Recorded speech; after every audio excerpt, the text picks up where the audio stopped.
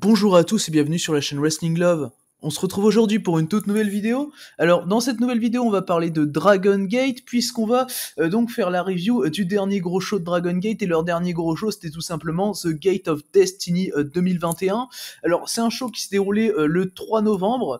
Donc voilà, malgré tout mon retard de catch, c'était évidemment dans mes priorités parce que c'est un gros show Dragon Gate tout simplement et j'avais pas de retard sur Dragon Gate donc j'en ai profité pour mater ce show qui m'a hypé beaucoup à titre personnel où il y avait 3 matchs de championnat, 3 matchs qui m'a hypé beaucoup dans tous les cas, surtout le match pour le titre Open the Dream Gate évidemment qui opposait Yamato à Baby Hulk, le match de titre Triangle Gate également avec RED contre High End, le match de titre Wingate me hypait un peu moins que les deux autres mais on avait quand même Keno et Hao donc de la Pro Wrestling Noah qui challengeaient King Shimizu et Suzumu Yokosuka, donc évidemment on était sur du lourd et la carte dans son ensemble en tout cas donnait vraiment envie pour ce Gate of Destiny qui se déroulait donc à l'Edion Arena d'Osaka. Du coup, voilà pour la présentation de ce show Dragon Gate. On va pouvoir donc commencer à rentrer dans le vif du sujet, donc à parler du show. Alors en opener déjà nous avions un 8-man tag team match avec Don Fuji, Gamma, Naruki Doi et Takashi Yoshida qui affrontaient les Natural Vibes, donc Jackie Funky Kamei, Genki Horiguchi, Casey et Yuti. Alors par rapport à Jackie Funky Kamei, juste petite précision, en fait avant il s'appelait Funky Jackie Kamei, il a décidé de changer de nom, donc juste inverser le Jackie et le Funky, donc voilà, juste pour ça que je l'appelle comme ça, il a officiellement changé de nom. Du coup on a eu 8 minutes de bonne action hein, avec Don Fuji, Gamma, Naruki Doi et Takashi Yoshida qui ont réussi à remporter le match. C'est Takashi Yoshida qui fait le tomber sur Yuti pour la gagne. Personnellement c'est un match que j'ai quand même trouvé vraiment intéressant, ces 8 minutes qui sont pas spécialement arrêtées, où il y avait toujours des séquences vraiment cool. Don Fuji a réussi à montrer une bonne performance, voilà, malgré le fait que ce soit plus trop le prime hein, Don Fuji, on va pas se mentir. Il arrive à montrer une performance intéressante donc avec des bons échanges avec notamment Casey. Les échanges entre Yoshida et Yuti sont également vraiment cool, surtout à la fin, voilà, où Yoshida va donc faire le pin sur Yuti. Naruki Doi a été également assez bon, voilà, les échanges Yuti Naruki Doi étaient vraiment cool. Yuti a même failli pin Naruki Doi à un moment. Je veux dire, Doi il s'est pas trop mis over dans le match, voilà, il a pas trop été mis en avant et j'ai quand même bien aimé ça, sachant que le fait de faire gagner Takashi Yoshida pour moi c'est assez utile pour Yoshida, sachant qu'il peut toujours avoir un push derrière, donc non, à mes yeux c'est quand même assez bien fait. Yoshida personnellement j'aimerais bien le voir par exemple challenger pour le titre Open the Brave de SB Kento, ça pourrait être une solution intéressante à mes yeux. Donc du coup voilà, c'est bien de lui avoir donné la victoire et l'opener dans son ensemble était clairement un match intéressant. Du coup voilà donc par rapport au premier match du show, alors on va pouvoir maintenant passer au deuxième match de la carte. Le deuxième match de la carte c'était une bataille royale, donc une bataille royale où on avait 9 participants pardon. Donc on avait Oolun, Strong Machine J, Shashio Cowboy, Jason Lee, Super Shisa, Mondai Ryu, Konomama Ishikawa, Punch Tominaga et Yosuke Santa Maria dans cette battle royale, voilà pour tous les participants. Cette battle royale a été remportée par Jason Lee. La bataille royale a duré un peu plus de 7 minutes, elle était vraiment très très sympa, j'ai trouvé, j'ai mis 3,25 personnellement, et encore j'ai failli aller jusqu'au 3,5 parce que franchement j'ai trouvé ça très très cool à regarder du début à la fin, l'action était assez non-stop, était vraiment bien faite, bien coordonnée, le booking est vraiment bien agencé, je trouve l'écriture des Battle Royale c'est habituellement quelque chose qui va beaucoup me déranger, mais avec Dragon Gate je trouve ça toujours vraiment bien fait, et là pour le coup ça l'était encore une fois. La victoire de Jason Lee en plus de ça me paraît assez logique au vu des 9 noms présents dans cette Battle Royale. T'as Konomama Ishikawa qui a un spot très fun dès le début du match, d'ailleurs c'est lui qui va se faire éliminer en premier, de toute façon Konomama Ishikawa, où il va vouloir faire un diving crossbody depuis la troisième sur tous ses adversaires, et finalement tous ses adversaires vont s'écarter un petit peu, et t'as Ishikawa qui va se péter la gueule au sol, enfin voilà, c'était un moment assez drôle j'ai trouvé. Ishikawa de toute façon il me fait toujours assez marrer, voilà, il y a un petit running gag avec lui sur les Battle Royale toujours, où soit il se fait éliminer en premier, soit il la gagne, c'était au début, en fin d'année dernière, les Royal Sambo, il les gagnait pas mal, il avait eu une streak d'ailleurs sur ça, c'était assez drôle. Et du coup, Konomama Ishikawa était bon, il se fait éliminer par Oolun qui se fait éliminer directement après. Personnellement, ouais, dans l'ensemble, j'ai trouvé le booking vraiment bien. Yosuke Santa Maria a eu quelques moments assez fun également. Donc non, c'était globalement bien fait. Les échanges Jason Lee, Yosuke Santa Maria à la fin étaient très bien. Yosuke Santa Maria a eu le temps de briller. et d'être fun. Voilà, il a clairement été bon dans le personnage comme d'habitude, et la séquence avec Jason Lee à la fin était très très cool, très très rythmée. Il y a eu des moments où tu te disais ouais, Yosuke peut gagner et tout. Enfin, je veux dire, il y a eu quelques bons petits near fall sur des flash pinfall, c'était bien fait. Donc voilà, pour ma part c'est 3,25 et c'est vraiment pas loin du 3,5 parce que j'ai vraiment passé un très bon moment dans cette Battle Royale qui pour de l'undercard a vraiment très très bien fait le taf. Et donc ouais, Jason Lee qui gagne, ça me paraît assez logique. À titre personnel, Jason Lee, bon, il a quand même battu Eita assez récemment, donc voilà, le voir remporter cette Battle Royale au milieu de petits noms, ça me paraît quand même logique parce que le mec vient de battre Eita dans le dernier match, je crois que c'était le dernier match du Gauntlet Masquerade contre Oridi. Donc voilà pour cette Battle Royale. Donc du coup on va pouvoir maintenant passer au troisième des 7 matchs de ce show The Gate of Destiny 2021. Alors le troisième match du show, c'était un 6-man tag team match avec Takumi Hayakawa, Masaaki Mochizuki et Yasushi Kanda qui faisaient équipe pour affronter Ultimo Dragon et les frères Iihashi, donc Riki Iihashi et Ishin Iihashi qui sont très récemment sortis du dojo de Dragon Gate, tout comme Takumi Hayakawa d'ailleurs. Et le match dans son ensemble était vraiment très bon, hein, messieurs, c'est le meilleur match de l'undercard. Les frères Iihashi sont vraiment super, ils ont des bonnes combinaisons ensemble, ils s'entendent très bien dans le ring. Avec Ultimo Dragon, franchement, j'ai trouvé ça bien personnellement. Ultimo Dragon a bien fait son taf dans tous les cas, il a été assez intéressant pour le peu qu'on a pu le voir dans le ring. Parce qu'évidemment, le booking était bon, donc l'action était plus concentrée avec les frères Iihashi. D'ailleurs, il y en a un des deux, je crois que c'est Riki Iihashi, le mec met des chops. La violence des chops est vraiment forte, je veux dire, le mec, il a mis des chops à un moment, c'était sur Takumi Hayakawa. Et non, franchement, les chops étaient très impactants. J'ai vraiment bien aimé personnellement. Après, en termes d'impact, on a également à un moment quelques kicks de la part de Masaaki Mochizuki qui sont évidemment vraiment impactants. Masaaki Mochizuki qui va être d'ailleurs celui qui va remporter le match pour son équipe au bout d'un peu plus de 10 minutes en faisant le tomber justement sur Riki Iihashi. De son côté, Ishin Iihashi a été vraiment bien dans son rôle de powerhouse. Voilà, il a quelques moments d'offense qui sont vraiment cool. Ultimo Dragon, voilà, il en a pas fait trop. Il y a quelques moments qui sont vraiment bien où les frères Iihashi vont faire une double soumission à un moment, je crois que c'est sur Yasushi Kanda qui font la double soumission pardon, ou sur Mochizuki, je sais plus, et t'as du coup Kanda ou Mochizuki qui vient sauver son coéquipier pendant qu'Ultimo Dragon faisait lui une soumission sur Takumi Hayakawa. Donc personnellement il y a quelques moments comme ça que j'ai trouvé bien. J'ai hâte de revoir Ultimo Dragon faire équipe avec les frères Iihashi parce que je trouve que franchement ça fonctionne plutôt bien entre les trois. Voilà, les frères Iihashi de toute façon ont très bien fonctionné même avec Naruki Doi ou avec Don Fuji, mais là avec Ultimo Dragon je trouve que ça apporte encore un plus. Donc non, ouais, personne. Et d'ailleurs de leur côté Masaaki Mochizuki et Yasushi Kanda apportent un vrai plus à Takumi Hayakawa parce que Takumi Hayakawa c'est pas spécialement le worker qui m'a le plus intéressé des peu de matchs qu'il a pu faire chez Dragon Gate, mais là dans ce match là c'était vraiment très bien, une très bonne perf de sa part, et du coup un bon gros 3,5 hein, pour ma part. Voilà, et franchement avec un peu plus de temps j'aurais même pu aller jusqu'au 3,75, mais on restait dans l'undercard évidemment, donc c'était pas le but et ça me paraît logique. Du coup voilà donc par rapport à ce match remporté par Yasushi Kanda, Masaaki Mochizuki et Takumi Hayakawa, on va pouvoir désormais passer au dernier match de l'undercard de ce show. Alors le dernier match de l'undercard c'était un 8-man tag team match avec d'un côté Oridi, donc Daya Inferno, Diamante, Kai et SB Kento, donc SB Kento l'actuel champion Open the Brave Gate, et du coup Oridi affrontait Masquerade, donc Masquerade composé de La Estrella, Kota Minura, Dragon Daya et le leader du clan, ancien champion Open the Dream Gate, Shun Skywalker. Alors le match s'est terminé en 10 minutes par une DQ, donc et c'est évidemment, logiquement on a eu une DQ, donc c'est Oridi qui s'est fait DQ, et donc Masquerade a logiquement remporté le match. Personnellement j'ai trouvé le match vraiment très sympa, il y a juste la fin qui m'a dérangé un petit peu. Bon évidemment la DQ a pas été super bien amenée, mais personnellement j'ai quand même mis 3,25 parce que le match est vraiment cool. Alors les échanges Shun Skywalker, Dia Inferno, qu'est-ce que ça fait plaisir, les deux mecs s'entendent vraiment bien dans un ring.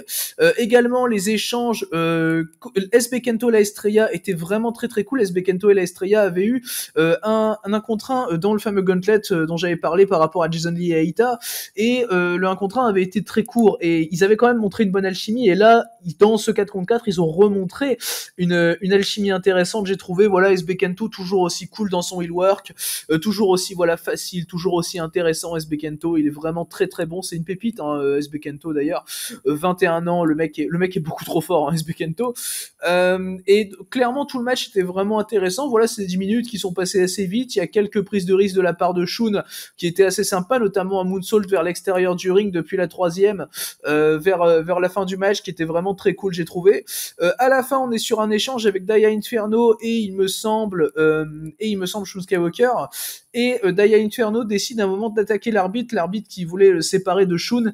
Et du coup, t'as Daya Inferno qui attaque l'arbitre, qui le frappe, et du coup, bah, ça part un peu en couille. Et du coup, t'as une DQ qui est annoncée donc par les officiels. Et du coup, voilà, victoire de Masquerade. En soi, voilà, c'était juste mal amené. La DQ était pas vraiment amenée, ça m'a un peu dérangé. D'habitude, les DQ même de Oridi, ça me dérange moins parce que bah finalement c'est mieux fait. Et là, j'ai trouvé ça un peu, bah venez, on fait une DQ, mais enfin, c'est juste là.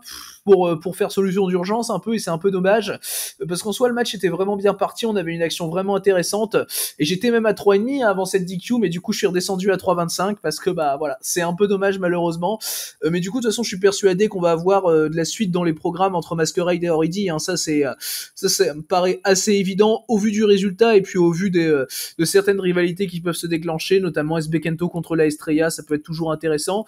Il y a toujours la rivalité Daya Inferno Dragon Daya à conclure d'ailleurs, voilà. Donc je me dis pourquoi pas d'ici la fin d'année. Du coup voilà donc par rapport à ce match donc qui était le dernier match de l'undercard de ce show Dragon Gate The Gate of Destiny 2021. On va pouvoir maintenant passer au match de championnat qu'on avait lors de ce show. Alors on avait 3 matchs de championnat hein, comme je l'ai énoncé au début de vidéo, à commencer par le match de championnat Open the Triangle Gate, donc où Eita, Hyo et Kaito Ishida effectuaient leur première défense de titre qui s'effectuait donc contre High Hand, Benkei, Dragon Kid et Kagetora. Le match a duré un peu plus de 11 minutes, conservation de titre assez logique de Eita, Hyo et Kaito Ishida. Le match était très très bon, hein. Franchement le match était très très très bon. C'est mon 3e match préféré du show, mais on reste sur un 3,75 et là vous comprenez que les 2 derniers matchs sont aussi excellents, hein, voilà, surtout le dernier d'ailleurs, mais on y viendra. Du coup bah franchement Ishida, déjà le mec met de ses kicks, il en met quelques-uns dans le match, c'est hyper impactant, ça fait vraiment plaisir. Kaito Ishida, il gère, il est excellent. Les échanges Hyo contre je crois que c'était contre Benkei, les échanges Hyo Benkei dès le début du match sont vraiment très cool. T'as Benkei qui essaye de souplex à un moment Hyo, mais il y arrive pas, Ishida se joint à Hyo, mais finalement Benkei arrive à faire une souplex sur Hyo et Kaito Ishida en même temps. J'ai trouvé ça très bien personnellement. Eita de son côté va montrer une certaine rivalité avec Dragon Kid que j'ai trouvé assez logique étant donné que les mecs ont quand même pas mal d'histoires communes l'un envers l'autre, hein, Eita et Dragon Kid. T'as même un moment Eita qui va essayer d'arracher le masque de Dragon Kid. C'est quelque chose qui m'a pas mal plu personnellement dans ce match, et ouais, tous les échanges entre les deux de toute façon étaient très cool, et même Dragon Kid il a eu de très bons échanges également avec Hyo. À un moment il lui place sa crucifix bomb et Kaito Ishida est obligé de venir casser le pin, mais ouais, Dragon Kid a failli battre Hyo dans le match. Hyo fait également, le storytelling est majoritairement concentré sur Hyo, hein, de toute façon c'est pour ça que je cite beaucoup son nom. Il va à un moment se louper, donc il voulait jeter de la farine sur Benkei je crois, et il le fait finalement sur Kaito Ishida sans le faire exprès. Du coup deuxième fois qu'Hyo se trompe avec la farine, il s'était trompé déjà lors du Jason Lee contre Eita et ça avait fait perdre Eita. Cette fois-ci Hyo arrive à redresser un peu la barre et c'est lui qui arrive à sauver Oridi de la défaite d'ailleurs après ça. Du coup personnellement j'ai trouvé ça assez bien, et d'ailleurs c'est Hyo qui remporte le match donc pour son équipe. Donc voilà, pour conclure un très très bon match. Niveau storytelling c'était extrêmement efficace, j'ai trouvé. Voilà, toute l'histoire autour de Hyo dans le match est très bien racontée. On a également Eita et Dragon Kid qui vont raconter quelques trucs. Voilà, j'ai trouvé ça très bien fait personnellement, une très très bonne défense de titre Open the Triangle Gate, un bon booking, le résultat est assez logique. Voilà, la conservation de titre de R.E.D, c'était leur première défense, il fallait à mes yeux leur faire conserver le titre, surtout que derrière t'as leur coéquipier Bibiol qui allait batailler pour le titre principal. Donc voilà, ça fait toujours bien de donner l'avantage à l'équipe du challenger. Mais ouais, en tout cas très très bon match, et donc un très bon 3,75 pour ma part pour cette conservation de titre Triangle de R.E.D. On va pouvoir maintenant passer après ce match au pré-main event de ce show. Alors le pré-main event du show, c'était le match de championnat Open the Twin Gate, où donc King Shimizu et Suzumu Yokosuka effectuaient leur troisième défense de titre qui s'effectuait contre des gars de Pro Wrestling Noah. Donc il y a un partenariat entre Noah et Pro Wrestling, et entre Noah et Dragon Gate en ce moment. Vous n'êtes pas sans savoir que par exemple Eita a pris récemment les championnats GHC Junior Heavyweight Tag. Et du coup, ce sont Keno et Hao, donc de Congo, qui sont venus pour challenger King Shimizu et Suzumu Yokosuka. Le match a duré pile 14 minutes. On a eu une victoire de King Shimizu et Suzumu Yokosuka qui ont très logiquement conservé les titres. Ça, personnellement, c'est ce qui me paraissait le plus logique. Voilà, ils allaient pas donner les titres à Keno et Hao. Voilà, j'aurais trouvé ça assez bizarre personnellement. Que les mecs sont tout simplement jamais ces Dragon Gate. Par exemple, Eita, il s'était quand même un peu installé dans Los Perros del Mal de Japón, dans le roster de Noah, avant de prendre les Jeichi Junior Heavyweight Tag. C'est pareil pour Mochizuki avec le titre Jeichi National, tandis que là non, c'est leur premier match à Keno et Hao chez Dragon Gate. Donc voilà, victoire de Shimizu et de Yokosuka très logique. Le match était super bon, j'ai mis 3,75 personnellement et j'étais vraiment pas loin du 4, j'aurais peut-être pu mettre 4, d'ailleurs j'ai peut-être été un peu sévère avec 3,75 parce que le match est juste excellent quoi en fait. Yokosuka et Keno montrent des super échanges tout au long du match, c'est vraiment hyper cool. Les kicks de Keno sont vraiment très impactants. Shimizu et Yokosuka ont de très bonnes combinaisons, voilà comme à leur habitude, et Shimizu et Hao vont également avoir de très bons échanges. Voilà, Shimizu à mes yeux c'est le MVP du match. Franchement, il va faire pas mal de choses vraiment très très bien. En termes de work powerhouse, King Shimizu est juste excellent. Non, franchement, les combinaisons qu'il peut avoir avec Yokosuka, il joue super bien son rôle et Yokosuka également. D'ailleurs, à un moment, par exemple, Shimizu projette, je crois que c'est Keno en l'air pour que Yokosuka la rattrape avec une énorme lariat. J'ai trouvé ça très très cool, même si dans l'exécution c'était pas parfait. C'était la lariat de Yokosuka passe un peu à côté. J'ai trouvé l'idée excellente personnellement et ça montre que Shimizu et Yokosuka s'entendent juste super bien en tant qu'équipe, ont des combinaisons vachement innovante, vachement intéressante. Tout au long du match d'ailleurs, ils montrent cet aspect-là. Et d'ailleurs, c'est King Shimizu qui va logiquement remporter le match pour son équipe en faisant le tomber sur Hao après un splash depuis la 3e corde, un peu aidé par Yokosuka qui le pousse un peu à la chute sur Hao. J'ai trouvé ça très bien personnellement. Hao va avoir le temps de très très bien se montrer, j'ai trouvé. Je m'attendais plus à voir Keno être showcase évidemment, vu que c'est la star dans l'équipe de Challenger évidemment. Donc personnellement, ouais, ça m'a fait plaisir de voir Hao pas mal briller. Que ce soit dans des échanges avec Yokosuka ou avec Shimizu, même si c'est surtout avec Shimizu pour le coup. Et Keno de son côté, il va se contenter de faire du Keno, voilà, des gros kicks très impactants, voilà, de l'action très efficace. Donc voilà, pour ma part, c'est 3,75 et vraiment pas loin du 4. Le match a vraiment très bien évolué sur toute sa longueur. Donc non, oui, c'était vraiment un très très bon match et c'est mon deuxième match préféré du show. Donc il est logiquement remporté par King Shimizu et Suzumu Yokosuka. King Shimizu et Suzumu Yokosuka qui ne vont pas de suite connaître de nouveaux challengers. Du coup, voilà donc par rapport à ce pré-main event, on va pouvoir maintenant passer donc au main event de Dragon Gate, The Gate of Destiny 2021. Main event qui était évidemment le match qui m'a hypé le plus du show, c'était le match pour le championnat majeur de la compagnie, donc le Open the Dream Gate title, avec Yamato qui faisait sa deuxième défense de titre contre BB Hulk, sachant que la première défense de titre de Yamato s'était effectuée contre Kota Minoura lors du Dangerous Gate, donc c'était fin septembre. Yamato qui avait pris le titre d'ailleurs début août, lors du show de retraite de Masato Yoshino contre Shun Skywalker.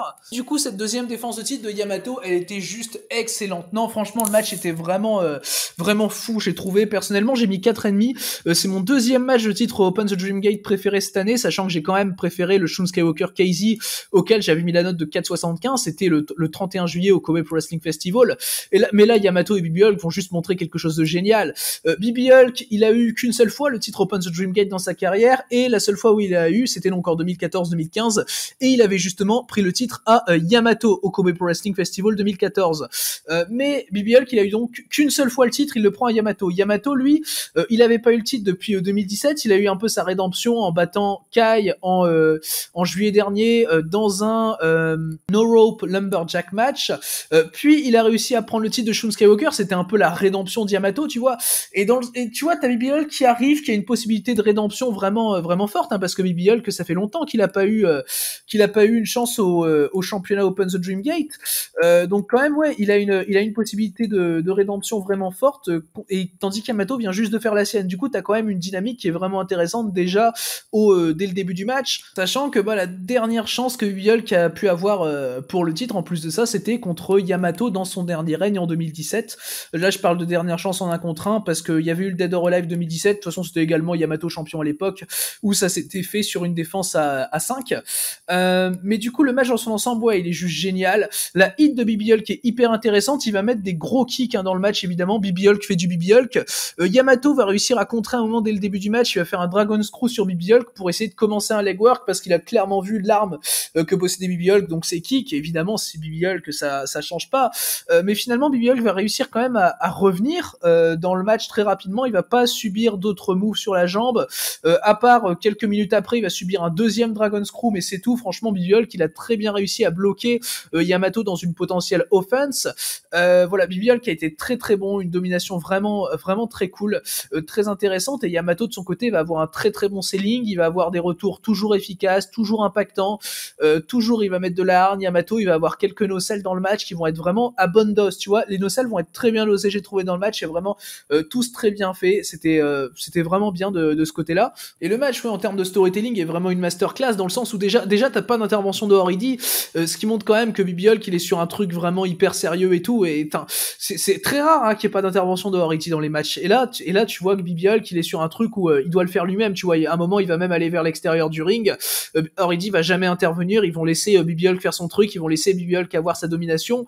Baby Hulk qui va réussir un spot de table génial. Le spot de table est génial parce qu'il montre très clairement comment faire un spot de table. En fait, c'est un spot de table. En fait, c'est vraiment le guide du comment faire un spot de table. Là, c'est pour les nuls, donc pour New Japan. Tu vois, dans le sens où le spot de table est ultra efficace. Vraiment, ils perdent pas masse temps à faire un teasing ou quoi que ce soit. Vraiment, les mecs, ils vont spot de la table. Voilà, c'est un driver de la part de Baby Hulk du haut de la troisième vers l'extérieur du ring, donc à travers une table où Yamato va d'ailleurs revenir juste derrière au compte de 18. Donc il a failli perdre le match par count out sur ce spot-là. Yamato, j'ai trouvé ça vraiment bien fait personnellement, dans le sens où tu vois, il revient à 18, tu vois, c'est peut-être un petit détail, mais c'est pas le compte forcé de 19 3/4, tu vois, non, c'était vraiment bien fait, j'ai trouvé dans ce sens-là. Et le match donc va durer dans sa totalité 19 minutes 36 pour voir Yamato logiquement conserver son titre, même si Baby Hulk va avoir quelques très gros moments dans le match où je pensais vraiment que Baby Hulk pouvait gagner finalement, parce que finalement ça aurait bien complété une potentielle histoire de rédemption, même si en fait au début du match je me suis dit évidemment, avant le match je me disais évidemment Yamato va gagner, voilà, on est que sur sa deuxième défense de titre. Yamato, pour moi, depuis le début de son règne, je le dis, il va dropper le titre contre Kai. Mais là, tu vois, Baby Hulk, vu l'histoire du match, tu vois, il te met le doute et tu te dis à des moments, les near fall, tu dis ouais, c'est pas passé loin. Et Baby Hulk a été vraiment super dans ce plan-là. Il a été excellent en tant que heel. Yamato, comme j'ai dit, a eu un selling vraiment excellent également. Les retours avec des enziguri, tout ça a été très bien fait. Non, oui, dans l'ensemble, le match est juste génial. Hein. Personnellement, j'ai mis 4,5, voilà. Et non, franchement, et avec un peu plus de temps, avec genre 3-4 minutes en plus et une fin un peu plus travaillée, un peu plus recherchée, personnellement, j'aurais pu mettre plus que 4,5, hein, parce que déjà, le match est fantastique, hein, voilà, c'est un main event qui est juste génial, hein, et franchement, que ce soit en termes de storytelling, d'in-ring, tout, franchement, c'est génial, hein, ce qu'on fait Yamato et Baby Hulk sur ce main event du Gate of Destiny. Et par rapport au finish, du coup, c'est une soumission au bras de la part de Yamato, alors qu'il avait jamais vraiment travaillé le bras de Baby Hulk, ce qui m'a personnellement un petit peu dérangé. Voilà, Baby Hulk, vraiment, il fait tout pour résister à la soumission, mais il peut juste pas, finalement, et du sang que Baby Hulk, il peut pas avoir sa rédemption. Et je pense pas que, vu le match, vu ce que le match transmet, je pense que Baby Hulk reprendra jamais le titre Open the Dream Gate.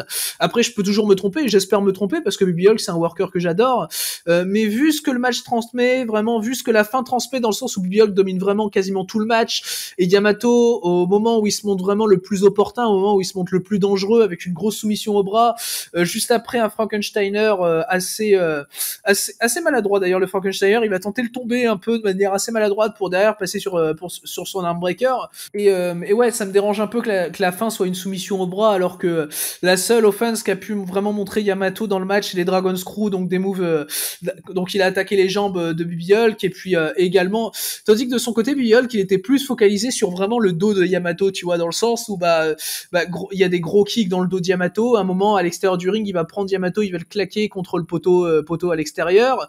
Il va à un moment même piétiner le dos de Yamato quand il va être, en fait, il va s'appuyer sur les cordes pour piétiner le dos de Yamato debout. J'ai trouvé ça vraiment bien personnellement. Ouais, non, le travail sur le dos de Yamato est bien.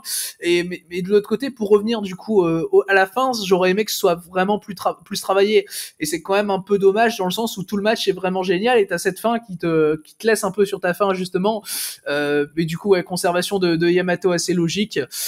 Et du coup, ouais, c'est 4,5 pour ma part, parce que juste, ouais, à part cette fin, justement, il y a vraiment rien à reprocher.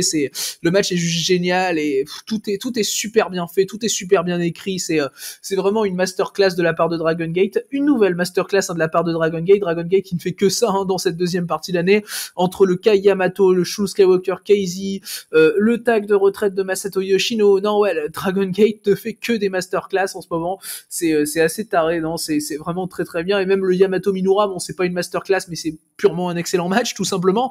Donc voilà, pour ce Yamato Baby Hulk auquel j'ai mis donc la note de 4,5. Et ce qui conclut donc ce show Dragon Gate The Gate of Destiny 2021. Alors par rapport au show dans l'ensemble, personnellement, j'ai trouvé que c'était juste un super show. Franchement, le show est agréable du début à la fin, c'est très plaisant, c'est très bien écrit. Tous les matchs sont vraiment bons, sont vraiment intéressants. Même dans l'undercard, tu vois, là où je mets des petits 3,25, tu vois, c'est toujours des matchs vraiment agréables à regarder. Et pour moi, le show dans son ensemble est conseillé. Le show dans son intégralité, franchement, il se regarde très très facilement. C'était un excellent show dans tous les cas. Après, bon, évidemment, s'il y a des matchs à plus conseiller que d'autres, ce seraient les 3 matchs de championnat, qui sont à mes yeux les 3 meilleurs matchs du show, et assez clairement d'ailleurs. Et en grosse priorité, évidemment, le Yamato Baby Hulk, qui est un 4,5 pour ma part, et je mets pas très souvent des 4,5, hein. Donc ouais, gros conseil par rapport à ce match-là, et le show dans son ensemble, c'est un des meilleurs shows Dragon Gate depuis le début de l'année, et c'est dire. Bon, évidemment, même si ça égale pas le niveau stratosphérique du Kobe Pro Wrestling Festival, ça reste un excellent show.